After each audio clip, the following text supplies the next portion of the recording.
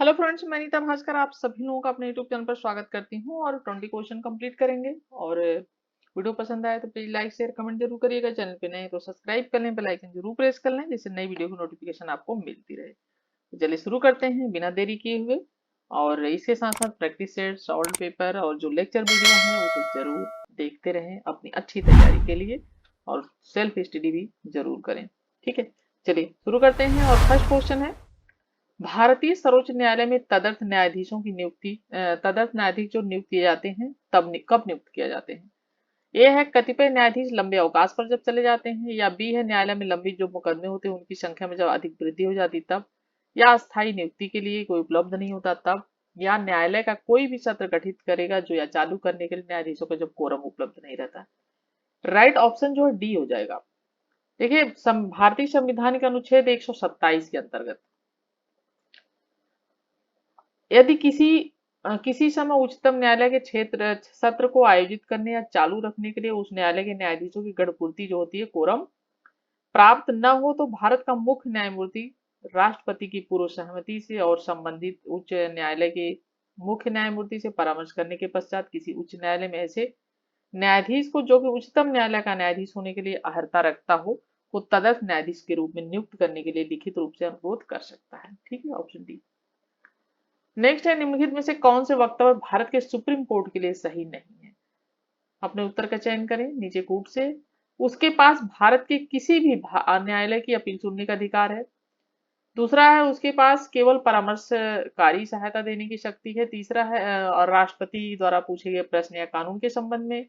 Third है, supreme court के जजों की तनख्वाह संसद की ओर द्वारा तय होती है। और फोर्थ है, इसके क्षेत्राधिकार भारत के सभी न्यायालय पर बाधित है। राइट ऑप्शन इसका क्या हो जाएगा? ऑप्शन एक, दो और चार हो जाएगा। एक, दो और चार। सुप्रीम कोर्ट के पास भारत के किसी भी न्यायालय की अपील सुनने का अधिकार होता है। सुप्रीम कोर्ट के पास राष्ट्रपति के द्वारा पूछे गए प्रश्न या कानून के संबंध में केवल परामर्शकारी सहायता देने की शक्ति होती है। उच्चतम न्यायालय के न्यायाधीशों का वेतन भारत की संचित निधि पर भारित होता है। ठीक है, और इस प्रकार व्यय के बारे में दोनों सदनों में चर्चा हो सकती है, परंतु उसे दोनों सदनों में किसी भी सदन के मतदान के लिए प्रस्तुत नहीं किया जाता। तो यहाँ पे हो जाएगा तीन, नहीं होगा क्योंकि ये इसके द्वारा नहीं होता है। और राइट ऑप्शन जो होगा ऑप्शन डी हो जाएगा। ठीक है, उच्चतम न्यायालय के न्यायाधीशों का वेतन भारत की संचित निधि पर होता है। ठीक है, ऐसे नहीं होता।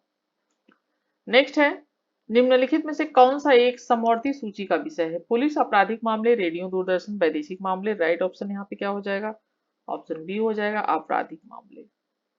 देखिए, भारतीय संविधान की 7वीं अनुसूची संघ राज्य जो है 7वीं अनुसूची है, संघ राज्य के मध्य शक्तियों का विभाजन किया है और राज्य सूची में पुलिस नामक विषय शामिल है। ये राज्य सूची में शामिल है। ठीक है, और जो है संघीय सूची में रेडियो और दूरदर्शन वैदेशिक मामले आते हैं, और समवर्ती सूची में आपराधिक मामले आते हैं। ठीक है, जो कि दोनों में होते हैं ये समवर्ती सूची, जिस पर केंद्र और राज्य सरकार दोनों ही कानून बना सकती है आपराधिक मामले पर। नेक्स्ट है, स्वतंत्रता के पश्चात भारत में भाषाई आधार पर प्रांतों का पुनर्गठन भी किस कारणवश हुआ। धर समिति की रिपोर्ट, न्यायमूर्ति वांचू समिति की, या आश्रय मालूम मृत्यु, या राज्य पुनर्गठन आयोग की रिपोर्ट। और जो राइट ऑप्शन हो जाएगा इसका फोर्थ क्वेश्चन का ऑप्शन यहाँ पे सी हो जाएगा, श्री रामुलु की मृत्यु। जब 56 दिनों की भूख हड़ताल के बाद 15 दिसंबर 1952, ठीक है 1952 को पोट्टी श्री रामुलुलु की मृत्यु हो गई, तो स्थिति इतनी गंभीर हो गई थी कि भारत सरकार को 1953 में मद्रास राज्य से अलग तेलुगु भाषियों का प्रथम भाषाई आधार पर राज्य बनाने की घोषणा करनी पड़ी थी। ठीक है, नेक्स्ट है, निम्न में से किस कमेटी ने प्रस्ताव रखा था कि पंचायत राज व्यवस्था के चुनाव पार्टी लाइन पर किए जाए। बलवंत राय मेहता, अशोक मेहता, धर कमेटी, या बीके ताव समिति। राइट ऑप्शन बी है, अशोक मेहता समिति ने दो स्तरीय व्यवस्था का समर्थन किया था। जिला परिषद तथा ग्राम पंचायत दोनों ही के लिए चुनाव का सुझाव दिया था, और यद्यपि जिला स्तर पर कुछ पदेन सदस्यों की संख्या भी थी। ठीक है, और समिति ने सीधे चुनाव के साथ साथ चुनाव में राजनीतिक दलों के भाग लेने को भी उचित माना था इन्होंने। ठीक है, right option B Ashok Mehta. Next है, किन मामलों में अमेरिकी संघीय व्यवस्था भारतीय संघ व्यवस्था के समान है? केंद्र राज्यों के बीच शक्ति का विभाजन तरीका, नए राज्यों के निर्माण की प्रक्रिया, न्यायपालिका की स्थिति, संघीय विधानमंडल के उच्च सदन में राज्यों का प्रतिनिधित्व। और 6 क्वेश्चन का राइट ऑप्शन जो हो जाएगा ऑप्शन सी हो जाएगा, 2 और 3। नए राज्यों के निर्माण की प्रक्रिया, न्यायपालिका की स्थिति। ठीक है, नेक्स्ट है, निम्नलिखित में से प्रथम पिछड़ा वर्ग आयोग के अध्यक्ष कौन? जगजीवन राम, कर्पूरी ठाकुर, बीपी मंडल, काका साहेब कालेकर। राइट ऑप्शन हो जाएगा इसका। ठीक है, कौन होगा? ऑप्शन डी, काका साहेब कालेकर। देखिए, केंद्र सरकार ने सन 1953 में काका साहेब कालेकर की अध्यक्षता में पहला पिछड़ा वर्ग आयोग नियुक्त किया था, और दिसंबर 1978 में मोरारजी देसाई सरकार ने बिहार के पूर्व मुख्यमंत्री श्री विश्वेश्वरी प्रसाद मंडल की अध्यक्षता में दूसरा पिछड़ा वर्ग आयोग नियुक्त किया था। ठीक है, पहला कब हुआ था? 1553 में, और दूसरा कब हुआ था? ये हुआ था 1978 में। ठीक है, पहला काका साहेब की। नेक्स्ट है, निम्नलिखित में से कौन राष्ट्रीय मानवाधिकार का वर्तमान में अध्यक्ष है? Justice R N Mishra, justice A S Anand, justice M N Venkatachaliah, justice J S Verma. और राइट ऑप्शन हो जाएगा इसका। ठीक है, एस राजेंद्र बाबू को नियुक्त किया गया है। इसके पहले न्यायमूर्ति एस आनंद अध्यक्ष थे, वर्तमान अध्यक्ष जुसेल दत्तू है। राइट ऑप्शन यहाँ पे है बी। ठीक है, लेकिन अभी फिलहाल बिल्कुल करंट का एक बार और देख लीजिएगा। निम्नलिखित में से बताइए कि किस पुस्तक के रचयिता प्लेटो नहीं है? Republic, Statesman, Politics, the Laws. और 9 क्वेश्चन का जो राइट ऑप्शन है, ठीक है, अरस्तु किसके? पॉलिटिक्स नहीं है, क्योंकि ये पॉलिटिक्स जो है यानी राजनीति पुस्तक ये किसकी है? ये है अरस्तु की। ठीक है, ये अरस्तु की है, प्लेटो की नहीं है। प्लेटो की रिपब्लिक, स्टेटमैन, द लॉज। तो अरस्तु ने की थी इसकी रचना पॉलिटिक्स की। ठीक है, नेक्स्ट है, टीएच मार्शल ने नागरिकता के अधिकारों की 3 श्रेणियों की पहचान की है, इनमें से कौन सी वह नहीं है? कानूनी अधिकार, राजनीतिक अधिकार, आर्थिक अधिकार, सामाजिक अधिकार। और राइट ऑप्शन हो जाएगा ऑप्शन सी, आर्थिक अधिकार। देखिए, आज के युग में तात्विक नागरिकता के लिए 3 महत्वपूर्ण पक्ष जो स्वीकार किए जाते हैं, नागरिक, राजनीतिक और सामाजिक अधिकार की कोटि में रखा जाता है इन्हें। और टीएच मार्शल ने अपनी प्रसिद्ध की थी सिटीजनशिप एंड सोशल क्लास। ठीक है, सिटीजनशिप एंड सोशल क्लास। ठीक है, और नागरिकता और सामाजिक वर्ग 1950 के अंतर्गत यह दिखाया है कि ब्रिटेन में किस तरह धीरे धीरे इन अधिकारों का विकास हुआ है, जिससे नागरिकता की संकल्पना अपने पूर्ण उत्कर्ष पर पहुंची है। और मार्शल के अनुसार प्राकृतिक अधिकारों के कानून के समझ समानता यानी इक्वेलिटी, और दैहिक स्वतंत्रता, ठीक है, का जो है वाणी, विचार और आस्था की स्वतंत्रता आदि चीजें रखने पर, अनुबंध करने पर अधिकारों का विशेष स्थान होता है। ठीक है, नेक्स्ट है, किसका कथन है स्वतंत्रता प्राप्त करने योग्य एवं भोगने योग्य कार्यों एवं करने भोगने की सकारात्मक शक्ति है? बार्कर, मिल, बेंथम, हायक। और राइट ऑप्शन हो जाएगा बार्कर। ठीक है, हमने अभी कल स्वतंत्रता मैंने एक वीडियो अपलोड किया था जो है स्वतंत्रता यूनिट फर्स्ट के लिए, तो उसमें आपको ये सब चीजें मिल जाएंगी, जरूर देखें अगर आपने अभी तक नहीं देखा है। तो राइट ऑप्शन ए है बार्कर। बार्कर के अनुसार ग्रीन की स्वतंत्रता की अवधारणा है, और स्वतंत्रता एक सकारात्मक वस्तु है जिसका अर्थ ऐसा कार्य करने या ऐसी सुविधाओं का उपभोग करने की स्वतंत्रता होती है जो करने और उपभोग करने योग्य हो। नेक्स्ट है, कमजोर और अस्थिर सरकार विशेषता है किसकी? एक दलीय प्रभुत्व प्रणाली, एक दलीय सत्ता वादी प्रणाली, द्विदलीय प्रणाली या बहुदलीय संविदा प्रणाली। और राइट ऑप्शन से हो जाएगा ऑप्शन डी हो जाएगा, बहुदलीय संविदा प्रणाली की कमजोर और अस्थिर सरकार होती है, बहुत सारे दल मिलते हैं। नेक्स्ट है, निम्नलिखित में से कौन विधेयक संबंधी कार्रवाई संबंधित नहीं है? ठीक है, गिलेटिन, गेरीमेंडरिंग, लॉग रोलिंग, फिलिबस्टरिंग। और राइट ऑप्शन जो इसका हो जाएगा ऑप्शन सी हो जाएगा, गेरीमेंडरिंग। देखिए, एक सदस्यीय निर्वाचन क्षेत्र में और प्रणाली के अंतर्गत निर्वाचन क्षेत्रों के निर्माण की समस्या होती है, जो कि आवश्यक है कि क्षेत्र का निर्माण जो हो जनसंख्या के आधार पर हो। ठीक है।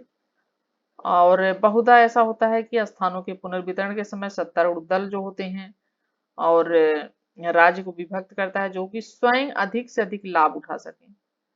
ठीक है, निर्वाचन क्षेत्रों में राज्यों को विभक्त करता है जो कि अधिक से अधिक लाभ उठा सके।